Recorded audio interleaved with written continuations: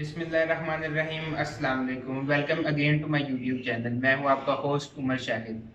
मकान बनाने से पहले या अगर हमने सिर्फ एक दीवार ही खड़ी करनी हो तो उससे पहले हम कॉन्ट्रैक्टर से एस्टीमेट लगवाते हैं कि कितनी ईंटें लग जाएंगी उसके घर पे। तो आइए आज हम सीख लेते हैं कि हमने खुद किस तरह एस्टीमेट लगाना है। अगर हम कोई दीवार बनाना चाहते हैं या अपना हम 5 मरले का 10 मरले का एक किनाल का घर बनाना चाहते हैं तो उसको कितनी ईंटें लगेंगी। तो पाकिस्तान में स्टैंडर्ड इस साइज़ की ईंट अवेलेबल होती है, तकरीबन हर जगह पे इसी साइज़ की ईंट अवेलेबल होती है। तो इसकी पहले हम डायमेंशंस देख लेते हैं। तो ईंट की पहले हाइट की बात करें तो ईंट की हाइट तकरीबन 3 इंच की हाइट है और इसकी जो लेंथ है ईंट की वो 9 इंच की है।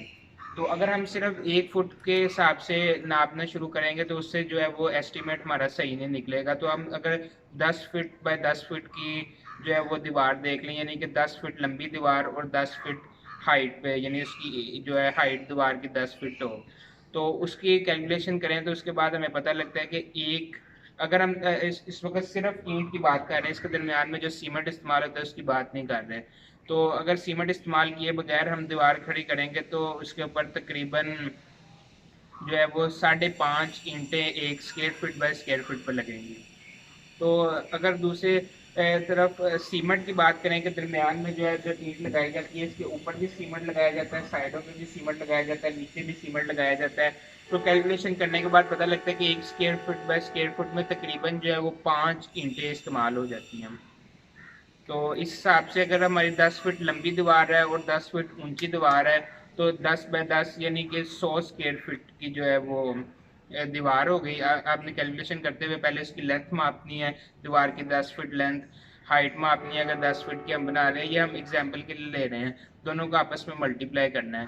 तो 100 स्क्वायर फीट हो गया, 1 स्क्वायर फीट में जो है 5 ईंटें इस्तेमाल होंगी। तो 100 स्क्वायर फीट जो है दीवार होगी उसमें तकरीबन 500 ईंटें इस्तेमाल होंगी। तो अब घर की बात करते हैं कि ये दीवार का हो गया। अब घर की बात करते हैं कि घर में जो है वो एक घर में कितनी ईंटें लग सकती हैं। तो जब हमने पूरे घर के लिए ईंटों की कैलकुलेशन करनी हो तो सबसे पहले हमने मैप आगे रखना चाहिए। तो ये हमारे आगे मैप, ये हमने 5 मरले के घर का एस्टीमेट के लिए मिसाल के तौर पे हमने 5 मरले के घर की कैलकुलेशन करनी है। तो ये 5 मरले के घर का जिसकी जो है वो फ्रंट 25 फीट का है और उसकी बैक जो है वो 45 फीट की है। तो इसके लिए हमने जो फ़र्स्ट ऑफ़ ऑल तो मैं कहना चाहूँगा कि जो पहले हमने कैलकुलेशन बताई है वो कैलकुलेशन 4 इंची की दीवार के लिए है। मतलब कि जो सिंगल ईंट की दीवार होती है 9 इंची की दीवार के लिए उसको जो है वो 2 से मल्टीप्लाई करना पड़ेगा, ना ये खड़ी ईंट की कैलकुलेशन है। तो मैप पर आते हैं।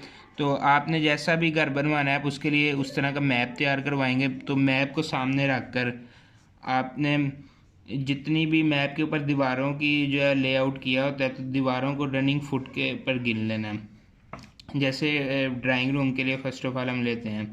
तो ड्राइंग रूम की ये दीवार 12 फीट की है, ये दीवार 12 फीट की है, ये दीवार 12 फीट की है और ये दीवार 12 फीट की है। तो टोटल जो है वो 48 रनिंग फिट में हो गई इसकी जो है दीवार की कैलकुलेशन। तो सब सारी कैलकुलेशंस को हमने रनिंग फिट में लेना है। तो 48 रनिंग फिट में जो है वो इसकी कैलकुलेशन हो गई।